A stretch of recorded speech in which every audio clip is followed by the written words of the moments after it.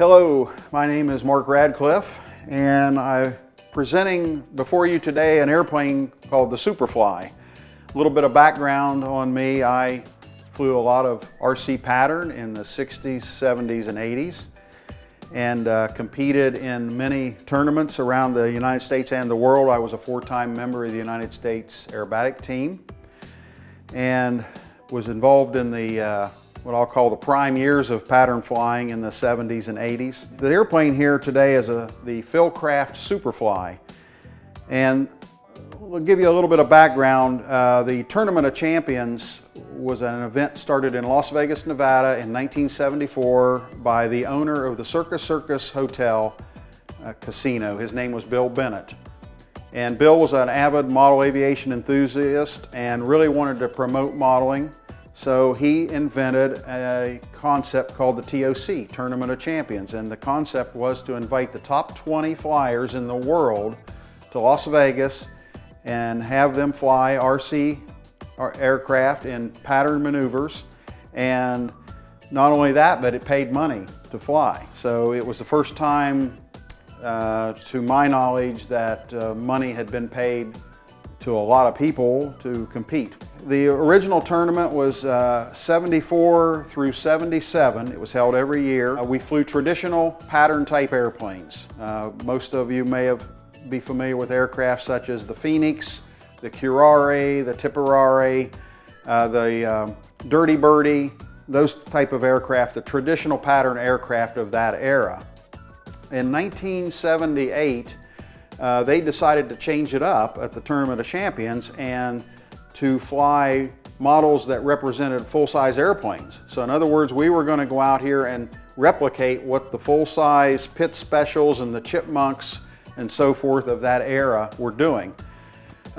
This was an entirely different concept than what any of us were used to. We were so used to our traditional pattern aircraft and tweaking that design. Now all of a sudden we had a complete mixture thrown in there that we weren't familiar with at all. So everybody had to scramble and come up with, what are we going to fly? Well, the way the rules were, we were again flying the full-size type patterns, requiring a much bigger airplane, a slower airplane. We didn't have a lot of engine choices in those days. The traditional 60 size model was a bit small, and at that time, a .90 cubic inch was a pretty good size motor. So that's what a lot of people did. We kind of designed around the power plants that we had. Philcraft, if you're familiar with model aviation back in the 60s and 70s and so forth, we had Craft radio control systems. Philcraft was one of my heroes growing up. Not only did he design airplanes, model airplanes, he flew full-size aircraft, and he designed the radio control equipment and so forth, and designed a full-scale airplane called the Superfly, which he flew in aerobatic competition. So when this concept came along, I thought, well, this is the ideal airplane for me. I'm flying craft radio.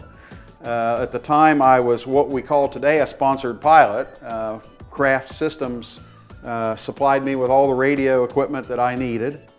So I thought, well, that's what we need to do. We'll fly Philcraft's design aircraft. It replicates the full-size airplane, and it should do these maneuvers just fine. Now the problem was, we were given these rules late in the 77, early 78. The tournament was held in the fall of 78. So we had to come up with something from scratch. Didn't know how we were going to get it done so quick. So my dad come up with the idea, let's take the Joe Breedy kit of the Superfly, which had a 60-inch wingspan, and let's enlarge that, and let's make it 68-inch wingspan. And instead of powering it with a 60, we'll go with the latest, greatest, most powerful engine we can find at the time, which for us was the Weber 91, and that was a good-sized motor back then. So that was the plan. We took the Breedy kit, cut new foam wings for it that were roughly 8 inches longer. We added 4 inches to the length of the fuselage, kind of like roughly 2 inches in the front, 2 inches in the back, just to keep everything symmetrical. Didn't want to modify the basic concept of the kit because we knew it flew well. And went from there. So as you get a bigger airplane, obviously the weight goes up.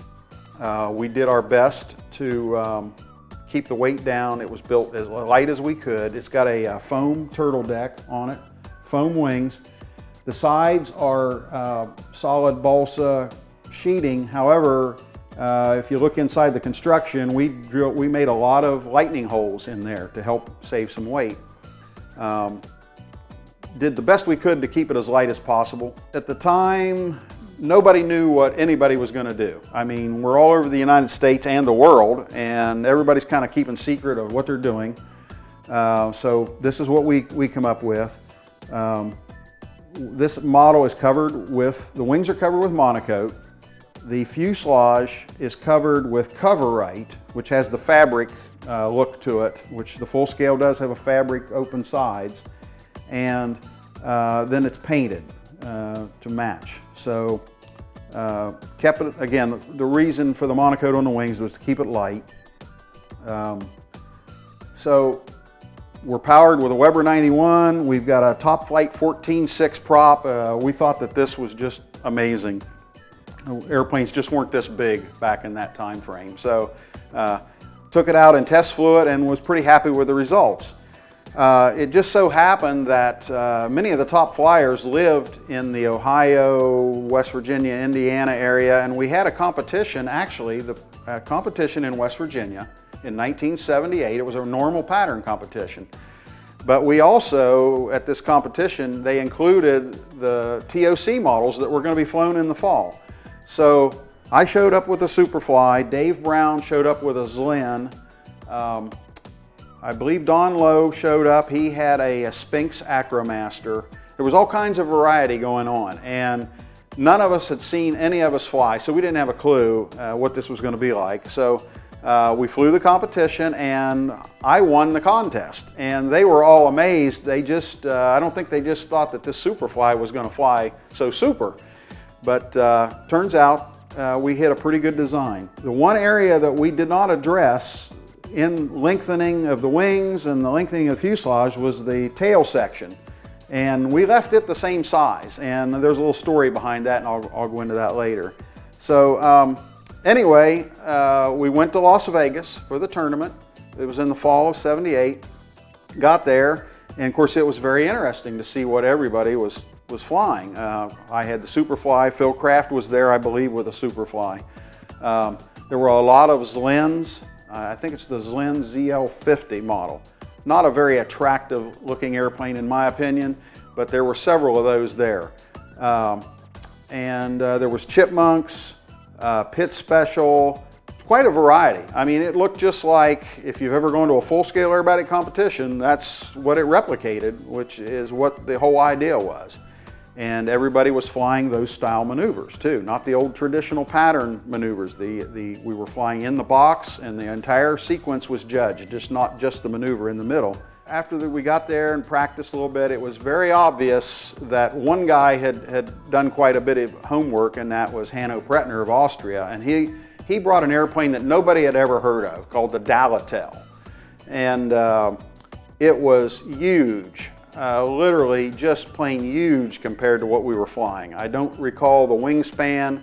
I'm going to say it was roughly 100-inch, maybe a little bigger, which back then was just totally unheard of. And as I mentioned before, power plants were a big issue, and he took two Weber 61s and mounted them horizontally and geared them together. So he was turning two Weber 61s to give him the power he needed. And it was obvious from just watching him practice that he was going to win this contest unless something went wrong, and history shows that he did win the contest. His flying was outstanding. He thought more about the whole concept and really introduced what we're seeing today with the huge giant scale airplanes. Of course, we didn't have the power back then. Today we have the power, but the bigger it is, the better it flies. But so at any rate, the competition began. Hanno led the whole entire event. I don't think he was ever challenged. The rest of us were fighting for second place and beyond. But I was pretty happy with my flying. I was in 9th place with this aircraft. out of the top 20 in the world. It wasn't too bad. I was pretty happy with that, considering it was a whole new design concept and we'd never tried it before. And I will never forget the last round of the event, because I took off and I was putting up my best flight yet. And as I say, I was in the top 9, and I thought, boy, if I can just keep this going, I'm going to improve. So I did the entire sequence, or almost the entire sequence, and it was really, really good. I knew I had a great flight going. The last maneuver on the schedule, as I recall, was a vertical climb right in the center of the box with a full roll going up and a push over the top. Well, again, if you're familiar with altitude and how it affects the way an airplane flies, and back then I wasn't really that familiar with it, but Las Vegas sits at, I think, roughly 3,000 foot altitude, versus I was flying this all the time at sea level, basically. So the last maneuver, I went vertical, I did the roll, and when I pushed over the top with the down elevator, it did one of the most beautiful tumbling acts you've ever seen, like a negative snap roll Lomshavok maneuver, which the Lomshavok was a big deal back then. That was a tumble, and today that's extremely common to see a tumble in an air show, to see multiple tumbles. But at any rate, with a model, you never saw it. I did one of the most beautiful Lomshavoks you'd ever seen. The crowd, people were laughing and applauding. The only problem with that was I got a 0 on the maneuver, because that wasn't part of the scheme. So that's where I went from 9th place or better down to 11th place is where I eventually ended up. That was 1978. I flew it a couple times after that at some air shows, actually some full-scale air shows, did some demos, and then put the airplane away, I'm going to say probably 1980. Never flew it again until 2010. And a gentleman in Chicago was recreating the Tournament of Champions event. He wanted to see if he could get the guys that flew in the TOC to come there with the aircraft that they had, or recreation of aircraft. And so I'm one of the few around to probably have the original airplane I flew. So I took this airplane down off the wall and needed a little bit of TLC. The top covering was peeling off and stuff, so I recovered the top of the wing with new fresh monocoat. The sides where the N5 PK decal there, which stands for Phil Craft, by the way, if you didn't get that already. But that area there was cracked, the paint was cracking and so forth. So I recovered that section with Coverite, did it the best I could to replicate exactly without, ruining the original finish. And so anyway, I showed up at Chicago with this. I was the only guy that had an airplane there at that one. And so I did 2 demo flights, and we did the pattern, and I actually was able to recreate the Lomshavok tumble with it, because it all boils down to this tail area. We didn't enlarge this tail area, so this was a very snap rolly airplane. I mean, when I did a snap roll, it was really hard to get it stopped, and that's exactly what happened with anytime I went negative G. It really just, the tail just got, the area was too small, and it would let it tumble. So that's kind of the history on that. So anyway, I flew 2 flights there, demo flights, and we put it away. And then in 2010, I brought it, I submitted it to the AMA Museum to see if they were interested in it, and it got accepted to the museum. So it was delivered here in 2010, and this aircraft has been hanging here ever since. And I'm very proud that it's part of the collection. And I think it represents, it's commonplace now in the model world to see giant airplanes, quarter scale, 50% scale, 60% scale is not uncommon in aerobatic aircraft. And this was the beginning of that, the 1978 TOC. I believe IMAC, or a similar version of IMAC, had just been invented back then, and they were starting to have a few limited competitions. But the Tournament of Champions in Las Vegas is what really spurred the competition on around the world. So, so this represents that. I think it's a great airplane for the museum to have, that shows the history of how these started out small and now they're giant. After the '78 event, we all learned a lot. Hanno Pretner showed us that we were going to have a bigger airplane and fly it much slower and much more scale-like to do good. So when the 1980 TOC was announced, we made that event again, the top 20 in the world, and we showed up with a Laser 200. At the time, the Laser 200 was flown by full-scale pilot Leo Laudenslager, and he was winning world aerobatic championships with it, and we figured if it's that good in full scale, it ought to work good in a model. We contacted a designer named Wayne Allery, who lives in Springfield, Ohio, and Wayne designed a Laser 200. I believe it was probably about an 80-inch wingspan, and it was built extremely light, and it seemed to fit all the requirements we needed. Definitely a bigger airplane. We still had the power plant issue. And what we ended up doing with that was that airplane was designed, we had an OS 90 in the nose with a tuned pipe on it, and it had a gear drive system, a belt gear drive system on it. So we were able to take the OS 90 and gear it down 2 to 1. So the engine was turning approximately 14,000 RPM and the prop was only turning 7,000. And if you're familiar with what a Cox TD-051 sounds like when it's screaming running, believe it or not, turning this big propeller and this big airplane, this engine sounded a lot like that. The engine was screaming and the propeller was turning pretty slow. And it was a pretty successful setup. So we competed with that in 1980, a bigger airplane. We did pretty good. Then in '82, they had the tournament again, and we went with a bigger laser. Wayne Allery designed a 100-inch wingspan laser. And by this time, engines were starting to evolve a little bit. An engine came on the market called the Tartan Twin. It was imported by World Engines, and it was built in Italy. And it was a little twin 2.6 cubic inch size motor. This was unheard of at the time. Nobody was doing a twin like that. It was a two-cycle alcohol fuel mixture engine. It wasn't a gasoline motor. And some of the gasoline power plants that were out there at that time were converted chainsaw motors. They were heavy, they vibrated a lot, and so forth. This Tartan Twin was a very light, compact motor. For its size, it put out good power. And so that's what we flew in the '82 tournament, and did fairly well with that. I believe I placed 7th in that event with that airplane, and that was the '82 or the 100-inch wing.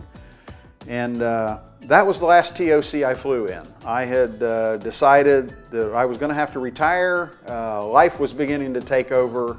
I had a full-time career. I had family. I had a house and all the stuff that happens in real life, and decided that it was time for me to take a break from this event. So that was my history with these airplanes, and as everybody knows that can watch what happened after that, the airplanes just kept getting bigger and bigger, and then we got into 3D aerobatics, and I attribute it to this was the start of it in 1978. And it started a whole new revolution to think a lot bigger and to get engines that were a lot bigger and to make engines specific for model airplanes, not just taking chainsaw motors and converting them and so forth. So at the 1977 TOC, we were at the event and we were flying our traditional pattern airplanes. It was announced at that event, and that was the fall of '77, that in the 1978 tournament, they were going to go a completely different route. They were going to require scale-type aircraft. They were going to follow the Aresti type maneuver system that they use in full-scale aerobatics, and which, by the way, is what the IMAC uses today, is the Aresti version of the maneuvers. So basically, this went from our traditional thinking, which in a typical pattern back in those days was we would fly into the center and perform 3 inside loops, and that would get judged. And as soon as we were done with those 3 loops, that was all that was judged, and we would go up to the end and turn around with a split S, and we would come back downwind and maybe with a 4-point roll. So that was the traditional style. Well, the Aresti in the box type maneuvers is an entirely different deal. You don't do 3 inside loops in front of you. You may perform 1 inside loop in front of you. Okay, so you finish that maneuver. However, when that maneuver is finished, you're still being judged up to the end of a box with 45-degree lines coming out from center. And you say the next maneuver will be a turnaround maneuver. We'll say it's a vertical climb with a hammerhead turn and a half roll down and back into the middle. So now we're back into the middle. We're still being judged. The turnaround was judged. Now we're coming downwind. We're back in the middle, and maybe you have to do a slow roll from inverted to inverted. So that maneuver gets judged. And then it goes up here to the other end, and maybe this time we do a half of a cube and 8 to reverse the pattern. Again, that maneuver's judged. So it was an entirely different way of thinking for the traditional pattern flyers like all of us. You know, we were just using this one maneuver at a time, being able to go up here and turn around at your leisure, figure out, get all set up for the next maneuver. Now, every single thing you're doing is being judged. It starts the minute you start in the middle of the box, the turnarounds are all judged, everything's judged. So it was a big transition. Most of us struggled with it quite a bit, but we finally figured it out, and that's what it is today. Not only is IMAC doing it that way, but now the traditional pattern flying is doing it the same way. They're using a Resty style maneuvering system, and they're using the box. It was quite a difference to get adjusted to it. When they announced this in '77, here was the kicker that was kind of neat. The full-scale Superfly flew a demonstration at noontime every day, and their pilot, Steve Nelson, who is a modeler that lives in California. Steve was a good friend of Phil Craft's, and Steve flew this Superfly, the full scale, quite often to air shows and stuff for Phil when Phil couldn't fly it. So Steve, actually, they had announced the maneuver list that we were going to do, and Steve flew the full scale aircraft, Superfly, flew the maneuvers that we were going to be flying in the TOC for '78. So it kind of gave us a preview of what we got to learn to do. And I'll never forget it. That's kind of when it went into my mind that maybe we just ought to do a Superfly. It looks like it performs those maneuvers pretty well. And Dad agreed with that. My dad, helped build, and we did this together. So, and the real neat thing was we had to learn to read Resty maneuvers. And that's pretty common now, but back then none of us knew what that was. And I will never forget, after Steve Nelson flew the full-scale demo, and he came back to our event. He landed at the local airport and came back to our event, and I started talking to him about it. And I never will forget, he sat down with me and explained just the basic elements of Resty style maneuvers. The loop, what the loop sequences look like, and the rolls, and just the basics, so that I could look at a complicated Resty pattern and learn to figure it out. So he sat down with me and did that, and I never have forgotten that. And I've been in touch with him quite often concerning this model Superfly. He's honored that it's in the museum too, and he's been out here and seen it too. So that's how this all evolved.